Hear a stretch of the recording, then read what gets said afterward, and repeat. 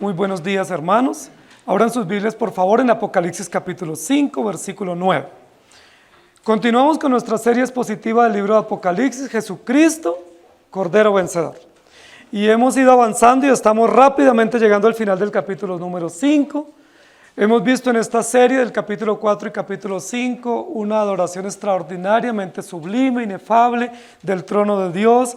Y hemos estado maravillados a través de estas declaraciones y de estas explicaciones que se nos hacen en estos dos capítulos sobre el trono celestial.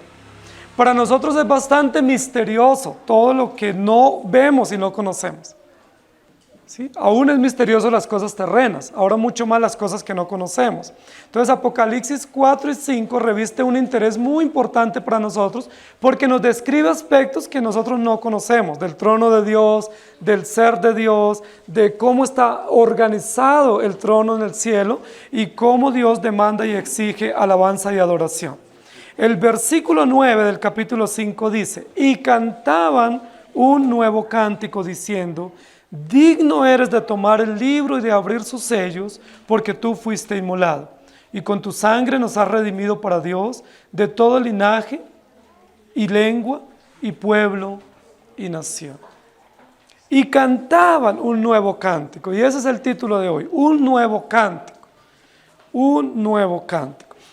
Ese texto que nosotros estamos viendo está en perfecta conexión con el texto anterior. El texto anterior habla de los 24 ancianos postrándose delante del Cordero que está allí presente y que ha tomado el rollo de la mano derecha del que está sentado en el trono. Y vimos en el texto anterior que estos 24 ancianos no solamente se postran, sino que tienen arpas en sus manos y copas llenas de incienso. Pero luego el texto dice: y cantaban. Es decir, hay una conexión directa entre la acción física, que es la postración, y luego ahora la acción audible que nosotros vamos a percibir. Recuerden, queridos hermanos, que el libro de Apocalipsis, como es una visión, va a jugar en su estructura entre lo que se ve, lo que se oye, ¿cierto? Lo que se percibe. Y aquí, clásicamente, como lo usa el apóstol Juan, nos va a decir: primero los ancianos se postran, pero luego van a cantar. Entonces vamos a ver y vamos a oír simultáneamente, cosa muy importante en el tema del Evangelio y cosa muy importante para nosotros. Por eso los creyentes, cuando venimos al culto, no solamente nos sentamos y oímos, también participamos, porque no se nos permite ser espectadores, porque somos miembros activos, somos piedras vivas. Aún nuestros pequeños niños no son espectadores, ellos son piedras vivas, ellos tienen que participar del culto. ¿Cómo participan? Cantando, orando, haciendo lecturas públicas, lecturas congregacionales, y participan también escribiendo, tomando apuntes, porque se nos exige una participación activa. Pero hoy vamos a centrarnos en algo muy importante como parte del culto. Recuerden que dijimos que en la primera parte había como un preludio, es decir, como una música o una entrada inicial, ¿cierto? Irrumpe el Cordero, se postran los ancianos, es toda una ceremonia, tienen arpas para la alabanza y tienen oraciones, ¿cierto?, de invocación y de exaltación a nuestro Dios, y ahora entra el periodo de cántico. Se va a escuchar un cántico, y es un cántico extraordinariamente hermoso. Y cantaban un nuevo cántico. Y hoy nos vamos a centrar en la importancia del canto en este culto celestial. Este culto celestial es un ejemplo o una réplica de lo que la iglesia tiene que hacer permanentemente. Es probable que alguno de nosotros diga: ¿por qué en la iglesia cantamos? ¿Y por qué oramos? ¿Y por qué confesamos? ¿Quién determinó esas partes del culto? Muy bien, Apocalipsis 4 y 5 nos da la visión clara de cuáles son las partes que componen un culto de adoración a nuestro Dios. Y una de las partes es la postración, es decir, la humillación delante de Dios. Otra parte del culto es la oración, pero otra parte del culto es la alabanza o los cánticos. Y este es un cántico que nosotros vamos a reconocer. La Biblia desde Génesis hasta Apocalipsis está llena de cánticos. Hay muchos cánticos en la Biblia. Hay cánticos de perdón y confesión como los cánticos de Esdras o los cánticos de David. Hay cánticos de gratitud y alabanza como el cántico de Ana o el cántico de Débora y de Barat o el cántico de María o Miriam cuando cruzan el Mar Rojo. Sí, hay diversos cánticos. Hay cánticos de tristeza que son endechas, que están algunos en los Salmos, otros en Lamentaciones. Pero este es un cántico de profunda exaltación a nuestro Dios. Este es un cántico con un contenido teológico extraordinariamente hermoso. Y este es un cántico que nos sirve a nosotros como medida para evaluar los cánticos que nosotros entonamos a nuestro Dios. Porque muchos de los cánticos hoy en día en las iglesias son para exaltar las emociones. Son cánticos para exaltar la alegría, la gratitud, la euforia, pero poco tienen de contenido. No tienen contenido doctrinal, no tienen contenido teológico, no tienen contenido histórico seguro, y en lugar de decir verdades teológicas, lo que hacen es negar verdades teológicas. Muchas de esas alabanzas que son contemporáneas, que probablemente muchos de nosotros tenemos en nuestra casa. Pero este himno es un himno similar al que va a entonar en los próximos capítulos la multitud vestida de ropas blancas, que se denomina en el capítulo 6 y 7 como una multitud incontable. Es un himno similar el que van a entonar. Es una canción hermosa, pero algo interesante que nos va a decir este versículo es: y cantaban, no escuchaban. Es decir, cantaban. Es decir, eran los ancianos los que estaban comprometidos, convocados, y audiblemente se escuchaban sus voces. Cuando nosotros cantamos es cantando. Se debe escuchar. No se permite estar en silencio, porque el culto es público para nuestro Dios. Pero luego dice cantaban un nuevo cántico. No dice cantaban un cántico. Hay un adjetivo. Es un adjetivo calificativo de esa acción. Cantaban un cántico nuevo. ¿Dice así? No, en nuestras traducciones no dice así. Dice y cantaban un nuevo cántico. Es decir, el adjetivo está primero que el sustantivo para hacer un énfasis mayor. ¿Cuál es el énfasis? ¿En el cántico o en que es nuevo? Es nuevo. La novedad de lo que ellos cantan es el énfasis en el versículo. El énfasis no es que cantaban, la iglesia siempre canta.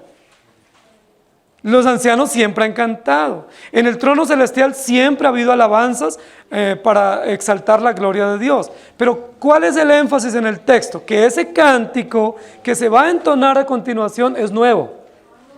Es decir, nunca antes en el cielo se había entonado semejante canción. Es una canción nueva, digna de ser entendida y reconocida, porque no es una canción común. Recuerden que en el capítulo 4 nosotros ya asistimos a una canción celestial. ¿Recuerdan esa canción? En versículo 8 y 9, ¿cierto? Y no cesaban día y noche de decir santo, santo, santo es el Señor Dios Todopoderoso. Esa canción es común en el cielo. Pero hay una canción nueva que se va a escuchar ahora. Juan la va a escuchar por primera vez. Y es la canción del versículo 9. ¿Por qué esa canción es nueva? ¿Por qué nunca en el cielo antes se había cantado esa canción? Es interesante que nosotros notemos eso. Ahora, ¿cuál es la novedad de la canción? Es una canción que dijimos está centrada en la obra de la redención. Y la obra de la redención parece ser que, según la descripción del capítulo, se está apenas reconociendo que Jesucristo cumplió todas las etapas de la humillación y ahora está cumpliendo las etapas de la exaltación, ¿cierto? Resucitó, ascendió y está sentado a la derecha del Padre. El texto lo que nos está diciendo, Jesucristo se está presentando con las evidencias de la resurrección y de su inmolación, se está presentando en el trono celestial, y una vez se presenta cuando llega a la presencia de Dios en el trono, se entona esta canción. Es decir, es como la entrada de Jesucristo al cielo después de haber cumplido con todas las disposiciones de la encarnación y de la exaltación. Por eso es nueva la canción, porque Jesucristo ha estado en el trono siempre, pero esta es la primera vez que Jesucristo va a aparecer en el trono con las evidencias en su cuerpo de la expiación, ¿cierto? O del sufrimiento vicario, las marcas en sus manos, en sus pies y en el costado. Y cantaban un nuevo cántico diciendo. Yo quiero, queridos hermanos, que nosotros nos enfoquemos en tres componentes de esta canción que van a ser importantes para nosotros. Pero antes, Apocalipsis capítulo 14, versículo 3 dice: y cantaban un cántico nuevo delante del trono y delante de los 4 seres vivientes y de los ancianos, y nadie podía aprender el cántico sino aquellos 144,000 que fueron redimidos de entre los de la tierra. Y eso es algo importante, lo vamos a ver luego cuando lleguemos al capítulo 14. Pero esta canción que cantan los ancianos, nadie más la puede cantar. ¿Por qué? Porque es la canción exclusiva de los redimidos. Al amor le puede cantar todo el mundo. Al desamor también le puede cantar todo el mundo. A la naturaleza todo el mundo le puede cantar. El himno patrio lo puede cantar todos los ciudadanos de esa nación. Pero al Cordero Redentor, ¿quiénes solamente le pueden cantar? Exclusivamente los creyentes. Saben, hermanos, cuando nos reunimos para cantar, debemos cantar a Dios, porque somos los únicos invitados a cantar canciones reconociendo la obra perfecta de Jesucristo nuestro Redentor. Y cantaban un cántico que solo podían cantar los 24 ancianos. Es decir, es la canción de los redimidos. Es la canción de los elegidos que experimentan en carne propia los efectos a las implicaciones de la redención. Salmos 33:3 dice: cantadle cántico nuevo, hacedlo bien tañendo con júbilo. En el Salmo 96:1 dice: cantad a Jehová cántico nuevo, cantad a Jehová toda la tierra. Y luego en el Salmo 144:9 dice: oh Dios, a ti cantaré cántico nuevo, con salterio, con decacordio cantaré a ti. En muchas iglesias que probablemente ustedes conocieron o visitaron, se enseña a cantar cántico nuevo. Entonces le dicen: cierre los ojos y comience a inventar una canción. ¿Sí? Comienza a inventarse una canción y esa va a ser su canción nueva. Es decir, que nadie la había compuesto y nunca se había cantado. Pero no es eso lo que dice la Biblia. Cuando la Biblia dice cántenle cántico nuevo en los salmos, lo que está diciendo es canten anunciando al Mesías. Porque es lo nuevo, es decir, lo que está prometido, pero que todavía no se ha cumplido. En este momento los 24 ancianos cantan esa canción nueva porque era prometida, pero ya fue cumplida. Y al ser cumplida, esas promesas de redención, todos los 24 ancianos a una sola voz entonan la canción de los redimidos. Es nueva, no porque se la inventaron o la tararearon, es nueva porque nunca antes el Cordero se había presentado con las pruebas de la redención. Nunca antes, y por eso es nuevo. Y cantaban un cántico nuevo diciendo: digno eres de tomar el libro y de abrir sus sellos, porque tú fuiste inmolado. Qué hermosa canción. Qué canción con tan profundo contenido. Es una canción en su primera parte centrada en el autor de la redención. La primera estrofa, por decirlo de alguna manera, de este himno, que es un himno cristológico, está centrada en el autor de la redención. ¿Quién es el autor de la redención? Jesucristo. La primera estrofa, el abrebocas, la introducción de la canción, la apertura de este tiempo de alabanza en el cielo está dirigido exclusivamente al autor de tan sublime redención. Digno eres de tomar el libro y de abrir sus sellos, porque tú fuiste inmolado. Primera persona. Una canción enfocada en Jesucristo. Contrario a todas las canciones que nosotros conocemos en el mercado, aún en el mercado cristiano, que todas esas canciones están centradas en mi beneficio, ¿sí? En mi utilidad, en lo que yo recibo. Te doy gracias porque me diste, te doy gracias porque me salvaste, te doy gracias porque me ayudaste. La mayoría de las canciones están centradas en la utilidad nuestra o el beneficio. Esta canción que es un modelo de canción, la primera estrofa está centrada en Cristo. ¿No les parece hermoso? ¿Cómo abre la canción? Digno eres. Recuerden que el desarrollo del capítulo 5 está centrado en la procura de alguien que sea digno.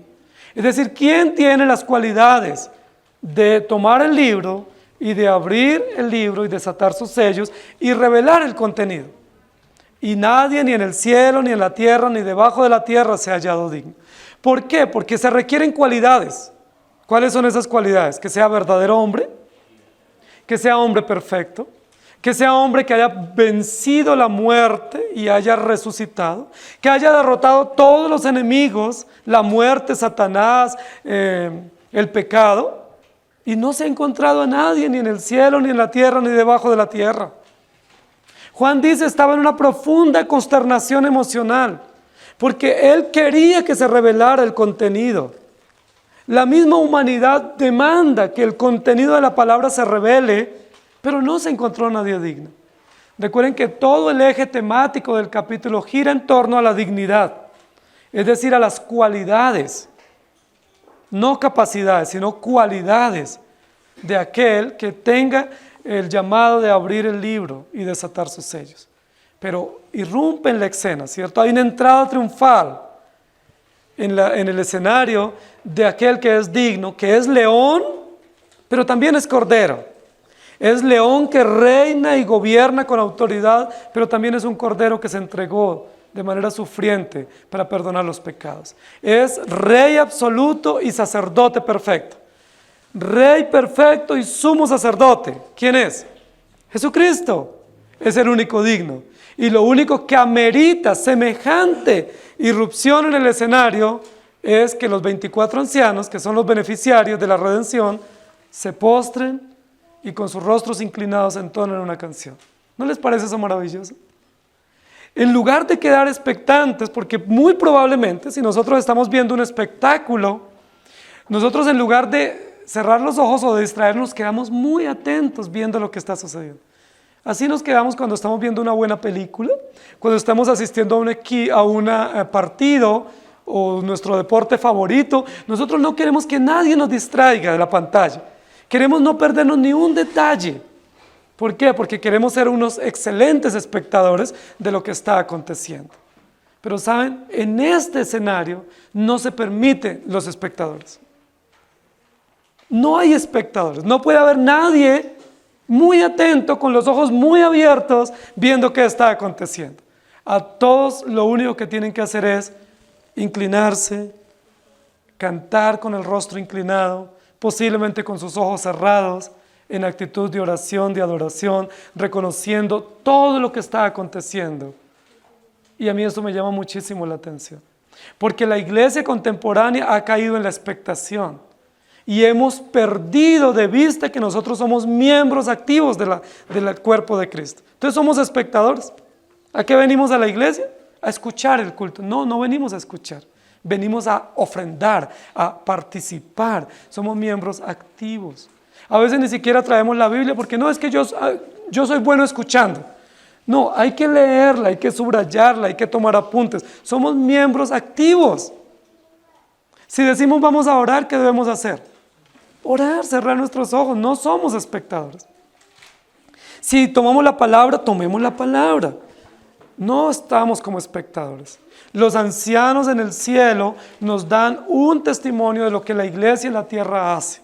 Y es cuando irrumpe el Cordero en el escenario y el anciano pone su mano en el hombro probablemente de Juan y le dice, no llores más, porque aquí que está el Cordero que venció. Los ancianos no se les permite mirar esta escena. Se postran y comienzan a cantar. ¿Y cuál es la primera estrofa de esa canción? Digno eres.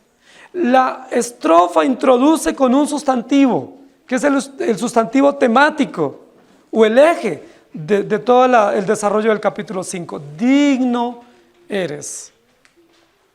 Digno. Reconocen estos ancianos que el que está allí tiene todas las cualidades que se están buscando o que se requieren para desatar este enigma que para ellos es el rollo en la mano derecha del que está sentado. Digno eres de tomar el libro y de abrir sus sellos, porque tú fuiste inmolado. Lo primero que se hace en esa canción es reconocer a Cristo. Pero lo segundo que se hace en ese mismo reconocimiento de Cristo, el autor de la salvación, es exaltar los atributos de Cristo. ¿Cuáles son los atributos de Cristo exaltados en esta primera parte de la canción? Su dignidad, su existencia, su poderío, su autoridad, su soberanía, su redención perfecta, ¿sí? Su disposición pactual para darnos esperanza eterna a lo largo de la redención, su entrega, su reinado, su sacerdocio. Miren qué extraordinario, una sola línea, una sola estrofa con tantos atributos juntos, reconociendo a nuestro Dios. Y siempre es bueno hacer aplicaciones, porque muchas de nuestras oraciones y de nuestras canciones no reconocen el carácter del Señor. Y algunas reconocen a Cristo, pero no en su esencia, en su autoridad, sino en cuántos beneficios Él me da a mí. Gracias, Señor, porque me diste y me diste. Y debemos agradecer, pero no es el centro de nuestra adoración, no es el punto de partida. El punto de partida, según nos lo testifican aquí los ancianos, es el reconocimiento exclusivo no solo al autor de la salvación, sino al carácter del Redentor. Es una alabanza muy profunda, no es una alabanza ligera, no es una alabanza espontánea que surge como del momento emotivo de los ancianos. Es una alabanza que por muchos años, 4000 años, los creyentes del Antiguo Testamento habían aguardado. Y habían cantado promesas mesiánicas, habían entonado salmos mesiánicos aguardando la expectación de este momento, pero aquí en este momento ya no es una promesa. Están frente al cumplimiento perfecto de las promesas mesiánicas. El Cordero está allí, están las pruebas, está el testimonio, cumple todas las prerrogativas del pacto. Lo único que debe hacer la iglesia es cantar. Digno eres, Señor, de tomar el libro y de abrir sus sellos, porque tú fuiste inmolado. La dignidad del Cordero, la excelencia del Cordero, el carácter del Cordero se ponen de manifiesto en esta escena cúltica, en esta escena de adoración. Ahora recuerden que hay dos metáforas que van juntas y que las hemos descrito en los textos anteriores: el león y el Cordero. La raíz de Judá, ¿cierto? El Cordero de la tribu de Judá, cachorro de la tribu de Judá y el Cordero. Pareciera que la metáfora inicial es el león. Luego toma fuerza el Cordero. ¿Y cuál prevalece en la canción? El Cordero, ¿cierto? Digno eres porque tú fuiste inmolado. ¿Quién fue inmolado? El Cordero. ¿Notan la diferencia? Él es león eterno y para siempre, es decir, rey eterno y para siempre, pero Él se manifiesta temporalmente como sumo sacerdote. Y para efectos de la canción, los redimidos tienen que enfocarse en la redención. Y al enfocarse en la redención no va a prevalecer la metáfora del león, sino la metáfora del Cordero, del sumo sacerdote, que es el que oficia y otorga la dignidad, no solamente para que Él pueda estar allá, sino para que todos nosotros podamos estar representados en el trono a través de los 24 ancianos. Queridos hermanos, esta canción introductoria no solamente es la canción inspirada de los creyentes, sino que también era una canción que la iglesia común y los que estaban bajo el imperio conocían. Porque una de las frases comunes que se daban en ese momento era: tú eres digno. Era un saludo, pero ese saludo lo hacían todos los súbditos para el emperador romano. El emperador romano no podía entrar en una ceremonia o no podía llegar de una guerra sin que toda la ciudadanía se pusiera de rodillas y le dijera: tú eres digno, tú eres nuestro digno emperador. Ese era un cántico común. que entonaban. Pero cuando este cántico se da en el trono celestial, están exaltando no la dignidad de un gobernante o un comandante, sino la dignidad del Hijo eterno de Dios, que reina y vive por los siglos de los siglos. Digno eres, Señor, y nos va a dar las razones de la dignidad, porque tú fuiste inmolado.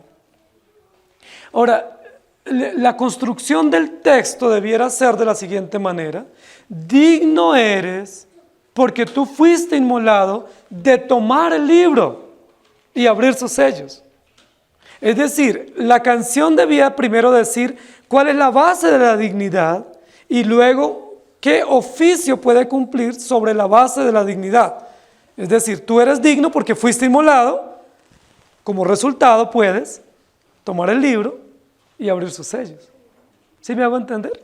Ese sería como el orden lógico. Primero poner el fundamento de la dignidad del Cordero y luego la acción que él puede cumplir histórica, que es desatar la historia de la redención. No obstante, el apóstol Juan dice: digno eres de tomar el libro y de abrir sus sellos, y luego da las razones. Pareciera que hay una inversión en el orden, pues aparentemente lógico para nosotros. Por supuesto, este texto está en su orden lógico. Parece que Juan, en su emoción, recuerden que primero está con mucha expectación. ¿Quién es digno? Y luego la respuesta es: no hay nadie digno. ¿Qué pasa con las emociones? Comienza a llorar. Y luego el anciano le dice: no llores porque ya se encontró el digno. Es decir, hay un juego emocional interesante en los espectadores que están allí. ¿Quién es el digno?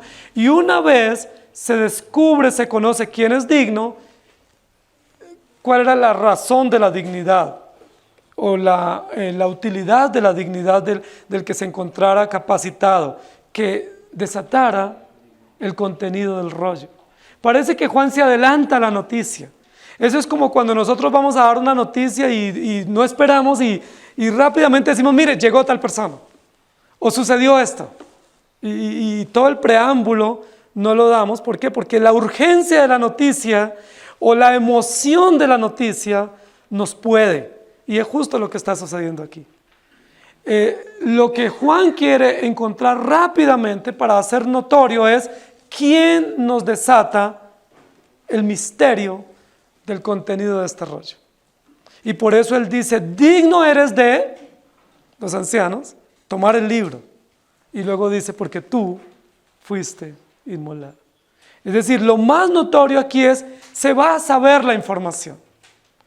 Va a ser revelada la información. Y dijimos que la revelación o la información es el contenido de la historia de la redención, el pacto eterno. El verdadero gobernante es Cristo, y por eso se reconoce al autor de la redención. Primera de Pedro 1, 18 y 19 dice: sabiendo que fuiste rescatados de vuestra vana manera de vivir, la cual recibisteis de vuestros padres, no con cosas corruptibles como oro o plata, sino con la sangre preciosa de Cristo, como de un cordero sin mancha y sin contaminación.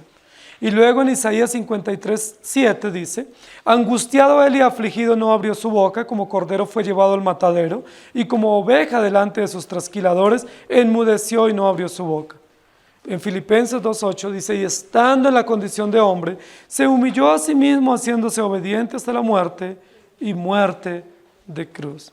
Y en Hebreos 2.9: pero vemos a aquel que fue hecho un poco menor que los ángeles, a Jesús, coronado de gloria y de honra a causa del padecimiento de la muerte, para que por la gracia de Dios gustase la muerte por todos. Primera estrofa de esta canción o de este tiempo de alabanza, centrada en Cristo, el autor de la redención, y en el carácter de Cristo, el Redentor. Primera estrofa. Segunda estrofa: y con tu sangre nos has redimido para Dios. Porque tú fuiste inmolado y con tu sangre nos has redimido para Dios. ¿En qué se centra la siguiente estrofa de este himno celestial? Ya no es en el autor de la redención, sino en el móvil de la redención.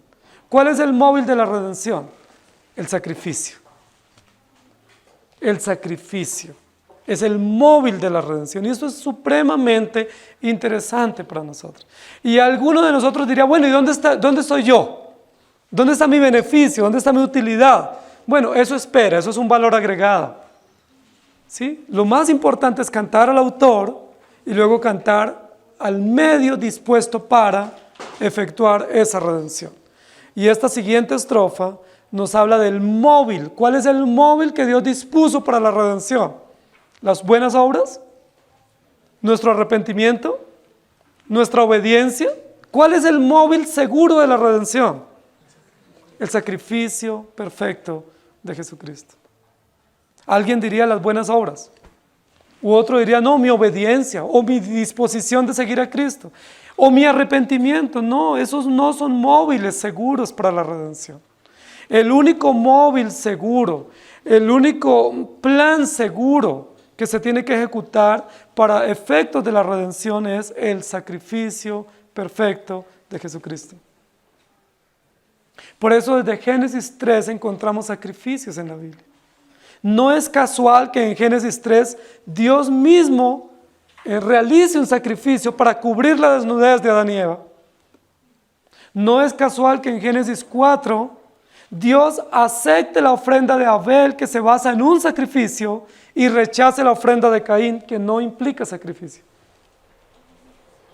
No es casual que Dios le ordene a Noé, a Abraham, a Isaac y a todos los patriarcas y a todo el sistema sacerdotal que realicen sacrificios.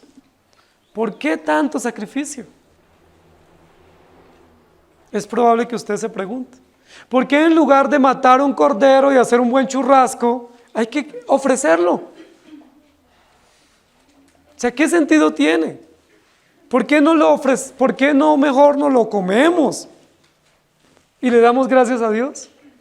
No, Dios no dispuso eso. Dios dispuso que esos corderos, esos becerros, lo más gordo, lo más perfecto, lo más hermoso del corral, sea ofrecido a nuestro Dios. ¿Por qué? ¿Por qué Dios se complace de sacrificios? ¿Es Dios un Dios sanguinario? ¿Injusto? Porque, queridos hermanos, el único medio, el único móvil para la redención, para que esa redención sea justa, sea legal, es un móvil cruento.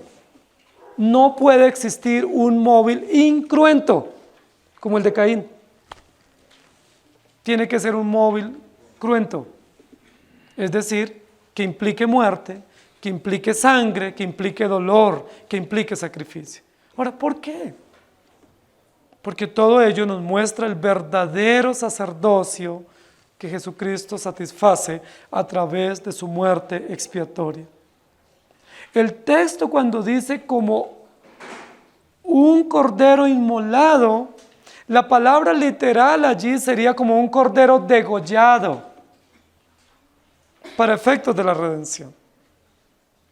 Recuerden que los corderos debían ser degollados para poder ser puestos en el altar del sacrificio y la sangre se tomaba en un tazón y esa sangre en un tazón la llevaba el sumo sacerdote al lugar santísimo y la rociaba sobre el propiciatorio y declaraba el perdón de los pecados.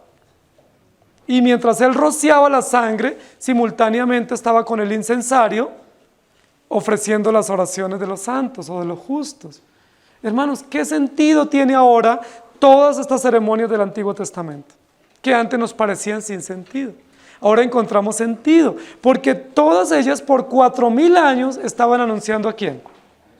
A Jesucristo. Al móvil de la redención, el sacrificio perfecto de Jesucristo. Por eso la Escritura dice, sin derramamiento de sangre no hay remisión de pecado. Porque tú fuiste inmolado y con tu sangre nos has redimido para Dios. Miren qué conciencia tan profunda tienen los ancianos al cantar a Dios semejantes verdades. Con tu sangre nos has redimido para Dios. No solamente hablan del móvil de la redención, sino que hablan de la finalidad de la redención, que la finalidad de la redención es para Dios. Es decir, se hace justicia ante Dios. Hay reconciliación ante Dios. Muchos hoy en día creen que Dios nos salvó de ser pobres. Y ahora tenemos que ser millonarios. Que la salvación es dejar de ser pobres, dicen muchos. Otros dicen que la salvación es dejar de ser ignorantes y que ahora tenemos conocimiento. Muchos dicen que la salvación es que Dios me salvó de la muerte y entonces ahora no me voy a morir, ni me voy a enfermar, soy un cuerpo glorioso acá. Eso es lo que muchos creen. Entonces, no, ya Dios te salvó, debes tener trabajo, salud, dinero y prosperidad y cero enfermedad. Pero no dice aquí eso, no dice que nos salvó para beneficio. No dice que nos salvó para estar tranquilos y cómodos acá. ¿Para qué nos salvó? Nos salvó para Dios. Y si Dios nos salvó, si Cristo nos salvó para Dios, ¿qué significa? Que tenemos que ir a Dios. Que todo nuestro culto está centrado a Dios y tenemos que rápidamente caminar esta travesía temporal para ir a Dios. Por eso cuando un justo muere, dice la Biblia, es dichoso a los ojos de Dios la muerte de los justos, de los santos. ¿Por qué? Porque ese es el fin del justo, ir a Dios. Así que si vienen las enfermedades y son los medios provistos por Dios para ir a Él, amén. Nosotros casi siempre oramos para sanidad. Oremos para que Dios haga su voluntad y si nos quiere llamar a su presencia, amén, qué bendición porque estamos con Dios, porque nos redimiste para Dios. Con tu sangre nos has redimido para Dios. Queridos hermanos, este texto es interesante porque lo primero que va a hacer el apóstol Juan al describir el carácter de la redención es hablarnos del móvil de la redención que es el Cordero Inmolado. Ya lo vimos en texto anterior, lo ratificamos nuevamente en la canción, pero es interesante porque luego más adelante, en algunos capítulos de Apocalipsis, especialmente capítulo 13 y 14 en adelante, se va a comenzar a hablar de una parodia de la Trinidad satánica, ¿cierto? El falso profeta, la bestia y el dragón, que van a argumentar una historia paralela, que es un plagio. Entonces van a decir que uno de los cuernos del dragón tiene una herida y que esa herida es una herida como de un cordero. Es una parodia. Así como ya los creyentes estamos marcados, más adelante la bestia va a marcar, plagiando el plan de Dios, ¿cierto? Aparentando ser un cordero, pero ¿qué dice la Biblia? Que el que aparenta ser cordero realmente es un lobo rapaz o feroz. Satanás es un lobo, destructor y engañador, pero da la apariencia de ser un cordero. Más adelante nos va a mostrar que la cabeza de la bestia sale con una herida, como distrayendo la atención, como para que los creyentes no atiendan al cordero vencedor, sino que se fijen en la herida de la bestia y se conduelan o tengan lástima y pierdan de vista el cordero vencedor.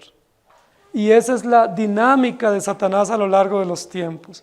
Tratar de distraernos a nosotros con asuntos de política, de economía, con enfermedades, con muchas situaciones. Pretende que nosotros nos distraigamos de tal manera que no vengamos a adorar al Cordero vencedor, que ya venció y que está en el trono celestial. Es probable que ustedes estén allí en sus sillas pensando quién estará ganando la vuelta.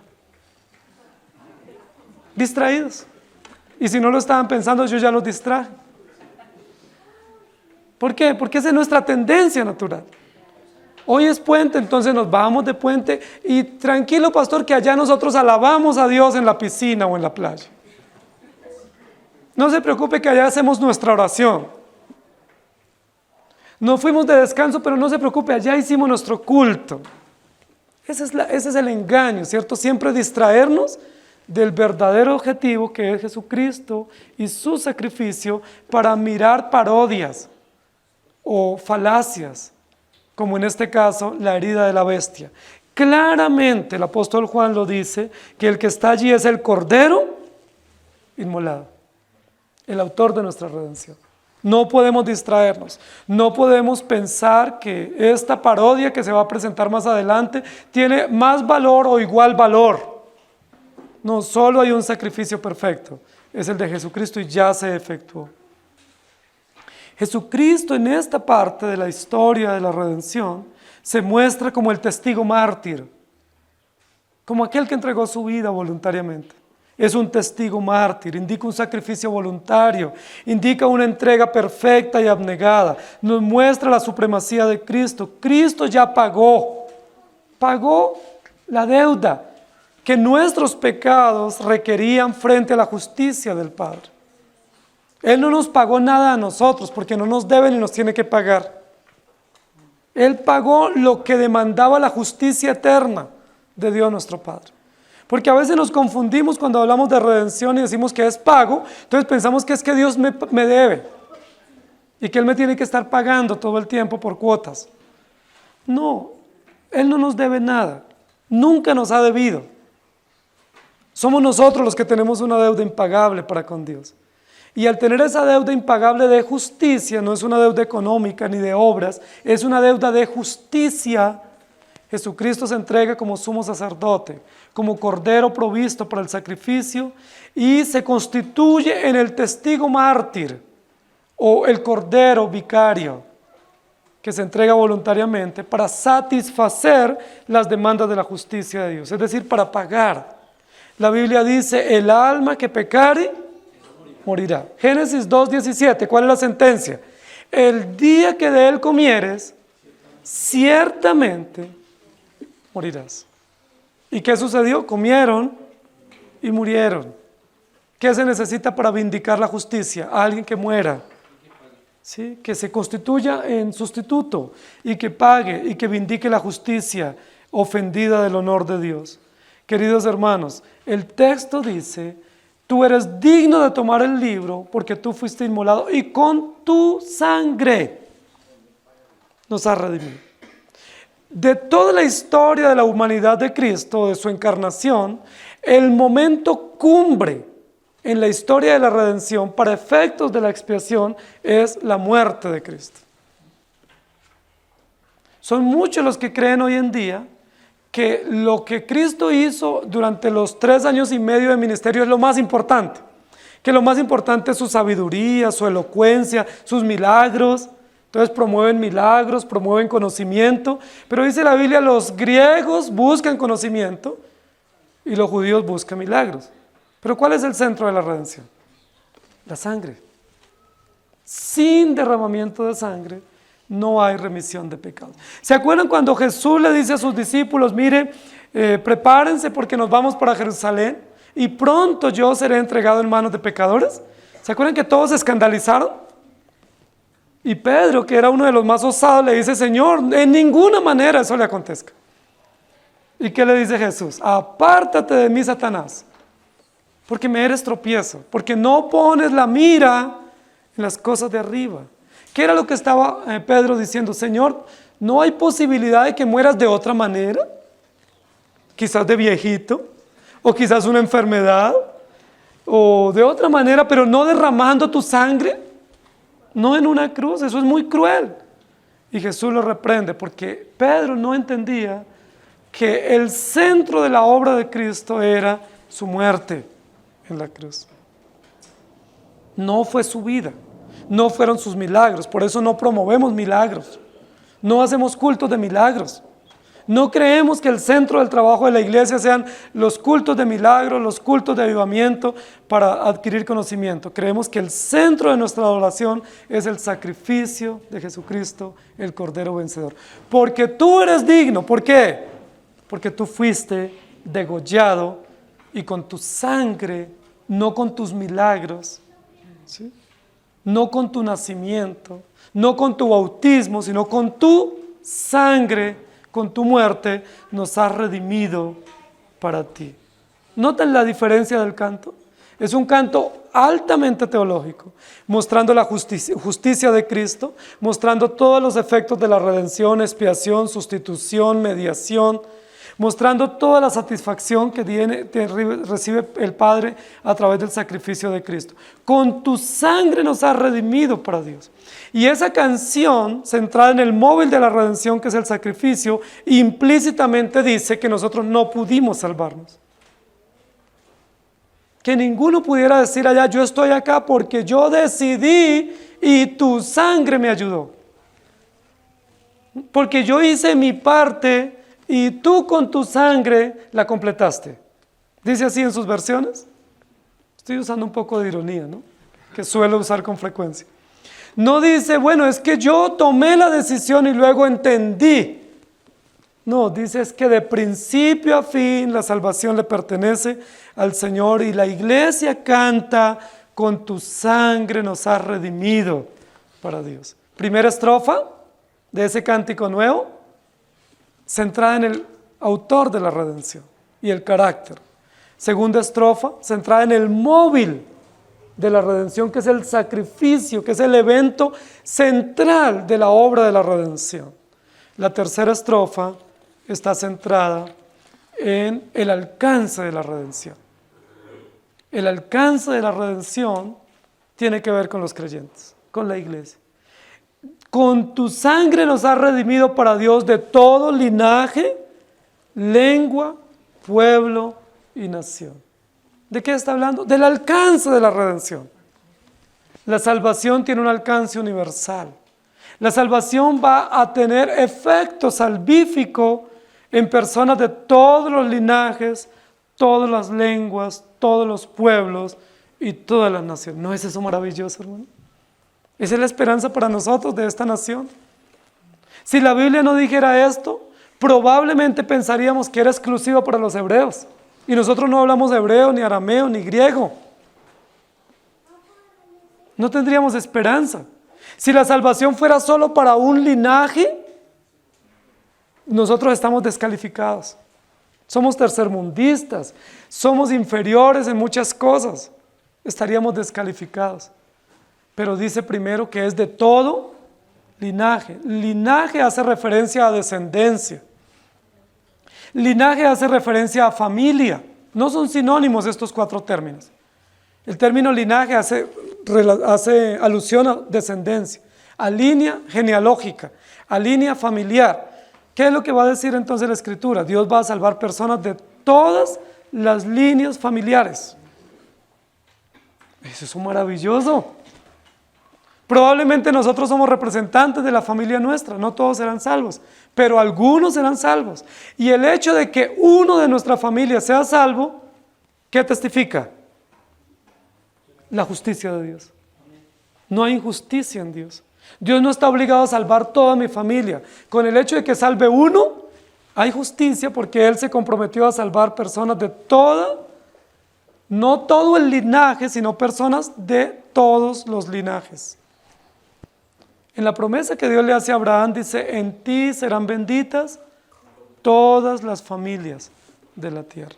El segundo término es de toda lengua, es decir, grupo lingüístico. Hay muchos grupos lingüísticos en el mundo. Hay grupos lingüísticos muy numerosos, ¿cierto? Hay por lo menos 5 idiomas dominantes en el mundo, pero hay muchos grupos lingüísticos pequeños, casi insignificantes, lenguas un poco perdidas. Pero ¿qué dice la Escritura? De todo grupo lingüístico el Señor va a salvar. ¿Por qué? Porque eso es gracia, porque eso es justo. No está obligado a salvar todo un grupo lingüístico, sino personas de todos los grupos lingüísticos, porque eso es justo, eso tiene que ver con el alcance de la redención. Así que no pensemos que la salvación es exclusiva para nosotros. Hoy mismo, en este momento, estarán personas de muchos lugares del mundo reuniéndose para adorar a este mismo Dios en otros idiomas que nosotros no conocemos. Y luego dice de todo pueblo, todo pueblo. La palabra pueblo aquí es interesante porque está hablando básicamente de toda etnia o toda raza. ¿Sí? No pensemos que la salvación es solo para los blancos, o solo para los mestizos, para negros, amarillos, rojos, zambos, de todo va a haber en el cielo. ¡Qué hermoso! Esa es la verdadera inclusión. La inclusión no es una bandera multicolor, la inclusión es que el Señor salve personas de todas las condiciones y los lleve a adorarle correctamente. Esa es la inclusión. Nosotros los creyentes creemos en la inclusión, pero no la inclusión como se nos está vendiendo hoy en los medios de comunicación. Nosotros creemos que la inclusión es que va a haber negros en el cielo, indios como nosotros, blancos también, que va a haber hombres, mujeres y niños y ancianos en el cielo. Eso es inclusión. Creemos que en el cielo va a haber personas de todas las lenguas y los idiomas y los colores adorando a nuestro Dios. ¿Eso no es verdaderamente maravilloso? La salvación es multicultural, multiétnica, es universal. ¿Por qué? Porque la salvación la compró el Señor. Y el alcance es universal. De toda etnia habrán salvos. Y esas verdades tienen aplicaciones importantes. Por eso no se permite al creyente ser racista. Es pecado ser racista. ¿Por qué? Porque Dios está salvando personas de todas las razas. No podemos despreciar al indio, o al negro, o al blanco, o al oriental. ¿Por qué? Porque va a haber en el cielo salvos de todas las razas. Si Dios no los desprecia por su color, sino que se goza en darle la salvación, ¿qué debemos hacer los creyentes? Gozarnos en que lleguen a nuestra iglesia personas de todos los colores, los tamaños. Si hay personas que hablan otros idiomas, no tenemos por qué rechazarlos, porque esa es la forma como Dios aplica la salvación.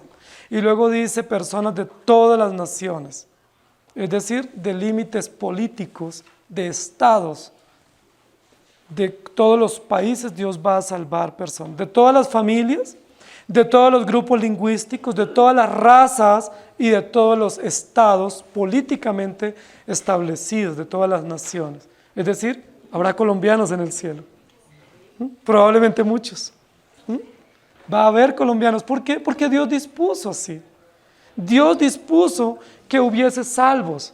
Miren lo interesante, en todas las 4 categorías nosotros podemos calificar. De todas las familias, tenemos una familia de la cual venimos. De todas las lenguas, Dios nos dio un idioma también, que es nuestro idioma con el cual nacimos. De todos los pueblos, pertenecemos a una raza, una etnia, pero también pertenecemos a una nación política. Y políticamente hablando, habrá salvos de esta nación, igual de todas las naciones. Por eso no podemos despreciar las otras naciones. Por eso no podemos pensar que hay naciones mejores y otras peores. Todos somos pecadores, pero la salvación tiene un alcance universal. Ahora, ¿no les parece la riqueza de este cántico hermosa? Porque a veces nosotros pensamos en un cántico hermoso cuando todos estamos uniformados, ¿cierto?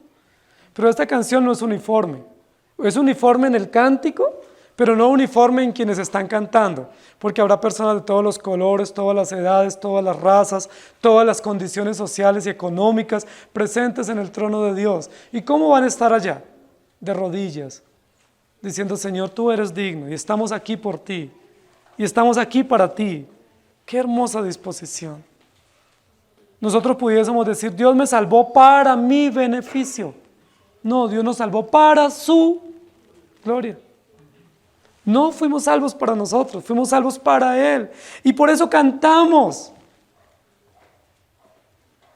Y la canción nuestra gira en torno a nuestro Dios, porque Él es digno. Y por su sangre nos ha redimido para que vivamos para Él. ¿Notan la canción? El autor de la redención, el móvil de la redención y el alcance de la redención. El alcance es universal. Apocalipsis 7:9 dice, después de esto miré, y he aquí una gran multitud, la cual nadie podía contar, de todas las naciones, tribus, pueblos y lenguas, que estaban delante del trono y en la presencia del Cordero, vestidos de ropas blancas y con palmas en las manos. Y luego en 1 Corintios 6:19 dice, ¿o ignoráis que vuestro cuerpo es templo del Espíritu Santo, el cual está en vosotros, y que no sois vuestros? En Apocalipsis 11:9 dice, y los de los pueblos, tribus, lenguas y naciones verán sus cadáveres por 3 días y medio y no permitirán que sean sepultados. Y luego en Apocalipsis 13:7 dice, y se le permitió hacer guerra contra los santos y vencerlos, y también se le dio autoridad sobre toda tribu, pueblo, lengua y nación. Por eso cuando Mateo 28 dice, id por todo el mundo y predicad el evangelio, está en concordancia con el alcance de la redención. Dios no va a salvar a las personas porque nosotros los evangelicemos, los va a salvar porque Él dispuso. Pero nos ha hecho partícipes en esa tarea extensiva del reino de Dios. Y cantaban un nuevo cántico. ¿A quién? Al Cordero nunca antes visto en el cielo con las marcas. Y cantaban un nuevo cántico por el sacrificio, por el evento clímax, el evento principal de la redención, que es el sacrificio de Cristo. Y cantaban un nuevo cántico por el alcance de la redención. Hermanos, ahí estamos nosotros. Si ustedes analizan este salmo, este himno, en ninguna parte habla de dinero. Entonces, ¿cómo pago mis deudas? Entonces, ¿qué hago con mi salud quebrantada? ¿Qué hago con todas mis necesidades? Si las canciones no dicen eso. Él es mi sanador, es mi proveedor, es el que me da, el que me suple. Esta canción dice, Él es digno. Y todo lo demás vendrá como añadidura. Hermanos, debemos dejar de cantar para nosotros y cantar más para Dios. Y si no nos ejercitamos cantando para Dios, en el cielo vamos a tener que hacerlo. Ese debe ser nuestro entrenamiento diario y semanal. Por eso procuramos cada día que cuando nos reunimos cantemos para Dios, no para nuestras emociones. Porque muy probablemente si nuestro entrenamiento permanente es cantar para nuestros fines, probablemente no hemos entendido el mensaje y por eso no podemos cantar el cántico nuevo que lo pueden cantar únicamente los redimidos. Salmo 142:7, saca mi alma de la cárcel para que te alabe tu nombre. Me rodearán los justos porque tú me serás propicio. Y luego en el Salmo 37 dice, tú eres mi refugio, me guardarás de la angustia, con cánticos de liberación me rodearás. Y en Salmo 149:5-9 dice, regocíjense los santos por su gloria y canten aún sobre sus camas. Exalten a Dios con sus gargantas y espadas de 2 filos en sus manos, para ejecutar venganza entre las naciones y castigo entre los pueblos, para aprisionar a sus reyes con grillos y a sus nobles con cadenas de hierro, para ejecutar en ellos el juicio decretado. Gloria será esto para todos sus santos. Aleluya. Hermanos, hay un encargo que Dios dio a la iglesia. Cantar. Cantar todo el tiempo. Recuerden que hubo un periodo en la historia hebrea que no cantaron los hebreos. Y Dios les llamó fuertemente la atención. Porque hubo un periodo en el cual ellos dijeron, no vale la pena cantar. Y dice la Biblia que colgaron sus instrumentos, sus arpas, sus salterios de los árboles, se sentaron debajo de esos árboles a contemplar sus instrumentos y a lamentarse. Y sus lamentos era, la estamos pasando muy mal. Estamos con mucho sufrimiento. Pero ¿qué dice la Biblia? Dice, si estamos en sufrimiento, cantemos. ¿Tenemos alegrías? Cantemos. ¿Estamos en enfermedad? Cantemos. ¿Se nos va el sueño en la noche? Cantemos. Aún en nuestras camas, cantemos. No canaliemos. Porque nuestro regocijo viene de Dios. Y terminamos recitando el versículo y unámonos a ese cántico. Y cantaban un nuevo cántico diciendo, digno eres de tomar el libro y de abrir sus sellos, porque tú fuiste inmolado y con tu sangre nos has redimido para Dios de todo linaje y lengua y pueblo y nación. Oremos. Amado Señor, extraordinario cántico pones frente a nosotros hoy. Y te damos gracias por no solamente permitirnos entenderlo, sino cantarlo también. Y si hoy podemos cantar ese cántico a ti, el autor de nuestra redención, es porque hemos sido redimidos. Porque exclusivamente los redimidos pueden cantar semejantes verdades y conmocionarse con esas verdades. Solo tu pueblo puede cantar estas verdades y estremecerse, quebrantarse con estas verdades. Porque no son verdades solamente académicas, no son solamente verdades históricas, sino que son verdades profundas del Evangelio que mueven nuestras entrañas. La salvación es tuya, es por ti y para ti. Señor, qué emoción nos das de saber que la salvación no es nuestra, sino que es tuya. Qué gratitud pones en nuestro corazón de saber que la salvación la sellaste en el momento más decisivo de tu vida terrenal, que fue tu muerte en la cruz. Que mientras muchos se burlaban, mientras muchos pasaban y hacían injurias, mientras los sacerdotes y los políticos se confabulaban para decretar de manera injusta tu sacrificio, justo en ese momento se estaba sellando la justicia tuya concerniente a la redención. Señor, pero gracias te damos, porque tu salvación no solamente es para los judíos, no solamente es para los hebreos, la salvación tiene alcance universal y allí fuimos alcanzados por gracia. ¡Qué bendición! Que haya salvado personas de nuestra familia, que haya salvado personas de nuestro pueblo, de nuestro idioma. Se hablará español en el cielo. ¡Qué bendición! Habrá colombianos en el cielo. ¿Por qué? Porque así te plació. Habrá personas de nuestro apellido, de nuestro nombre en el cielo, porque así te plació. Habrá personas, Señor, de todas las condiciones, porque así lo dispusiste. Pero allá en el cielo no habrá ninguna distinción. Todas las diferencias caerán y todos estaremos centrados no en nuestro apellido o en nuestra colonia. Estaremos centrados únicamente en ti, diciendo, porque tú eres digno, Señor, y porque tú fuiste inmolado, y porque nos redimiste para ti. Gracias te damos, Señor, en Cristo Jesús. Amén. El Señor les bendiga, hermanos.